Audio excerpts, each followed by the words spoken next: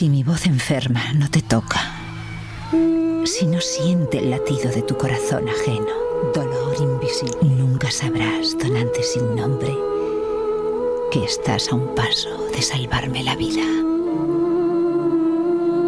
Leucemia sin respuestas.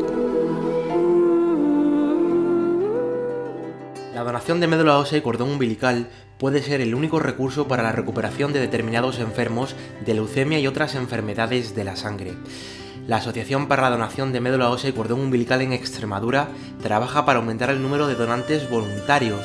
Según explica la asociación, lo ideal es encontrar un donante emparentado con el enfermo, algo que no es posible hasta en el 70% de los casos. En la actualidad se puede donar por aféresis ambulatoria, por vía intravenosa, un proceso sencillo que puede salvar una vida sin poner en peligro la propia. María Bertudes, ¿en qué consiste la donación de médula ósea?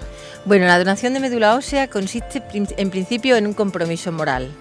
Tú te sientes solidario, quieres ayudar a algún enfermo de los que necesitan y quieres dar ese paso, te informa y consiste en principio en un análisis de sangre normal y corriente, a través del cual es normal y corriente para ti, pero ese análisis en el laboratorio se estudian toda una serie de características de compatibilidad. Los datos personales tuyos y esos datos van a formar parte de un registro nacional y a la vez internacional para que estén continuamente siendo contrastados con aquellos enfermos que necesitan un trasplante de médula ósea y no encuentran a ese donante dentro de su familia. Sí. ¿La donación en qué consiste exactamente? ¿Qué es lo que ofrece el donante cuando se convierte en donante? Lo que ofrece, bueno, ofrece, ya digo, ahí estoy yo, ¿no?, para salvarte la vida. Es ese compromiso donde él ya entra a formar parte de la red de donantes. Si tienes la suerte de que te llamen, entonces cuando se realiza la donación, tú vas a donar sangre, vas a donar células, unas células concretas de la sangre que son las células madres o progenitores hematopoyéticos, que digamos es la fábrica de la sangre, la fábrica que necesita el enfermo porque no le funciona, dicho así en términos muy coloquiales. Y el enfermo que recibe esa donación, normalmente, ¿cuál es la afección que suele tener?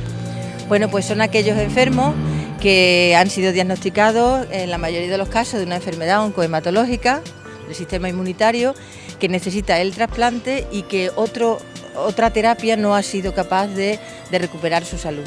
Entonces, en ese caso, el equipo que atiende al enfermo es cuando ya hace la búsqueda porque necesita el trasplante. María Bertudes, una donación que yo como donante realmente no me supone ningún tipo de impedimento, es decir, que yo dono y puedo continuar mi vida completamente normal y que a la persona que lo recibe le puede salvar la vida. Le puede salvar la vida y tú vas a seguir viviendo tranquilamente porque precisamente la necesidad tuya es que estés vivo, que estés sano y que estés bien.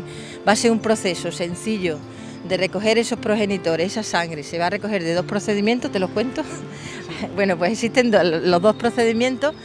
Hay uno que es el tradicional, quizás el que antes se tenía un poco más de miedo porque eran punciones en cresta ilíaca, no en columna, porque debo aclarar que la médula ósea no es la médula espinal. La médula espinal es el haz de nervio que recorre tu columna. La médula ósea es sangre, es el tejido esponjoso que está en el interior del hueso y que ahí es donde se fabrican esas células.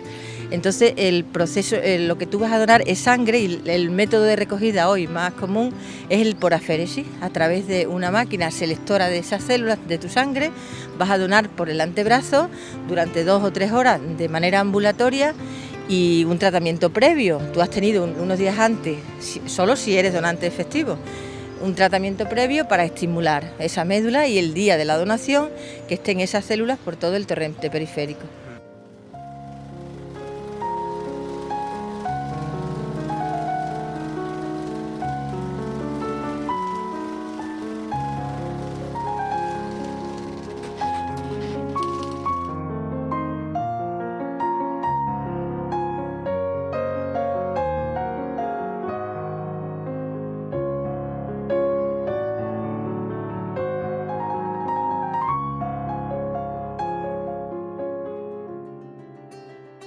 También vosotros promovéis la donación de cordones umbilicales.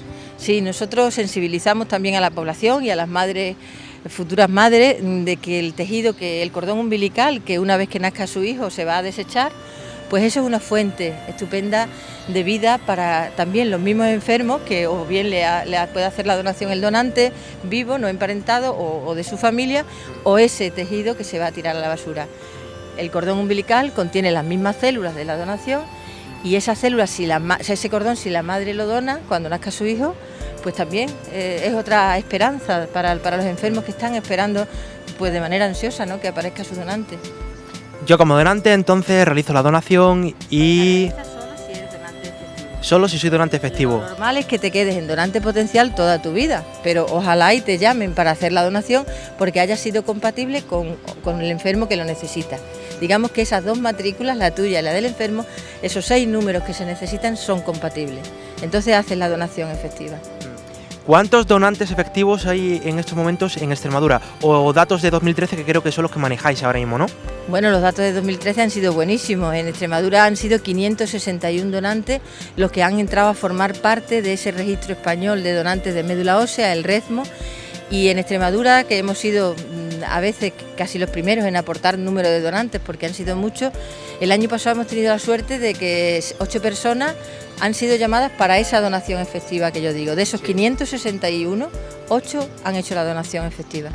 Es decir, que en Extremadura los extremeños sí que son sensibles con esta cuestión y sí que tenemos un número importante de donantes o de potenciales donantes. Sí, podemos decir que la población extremeña es muy solidaria.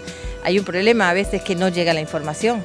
La asociación nuestra, ADMO, llevamos 18 años informando sobre la donación y todavía hay gente que no nos conoce, lógicamente. Por eso queremos llegar a más personas para explicar todo el proceso. Porque como tú dices, es un proceso sencillo y cualquiera que se lo contemos nos dice, pues sí, si queremos ser donante, lo que pasa es que no lo sabíamos, ¿no? El enfermo cuando recibe esto realmente gana en calidad de vida, es decir, que puede tener una recuperación. ¿Cómo es el proceso en este caso no yo para el donante, sino para el enfermo? Bueno, para el enfermo no es un proceso sencillo, un trasplante se trata de sustituir tu sistema inmunitario por el del donante. No es un proceso sencillo, pero si todo va bien, le ha salvado la vida.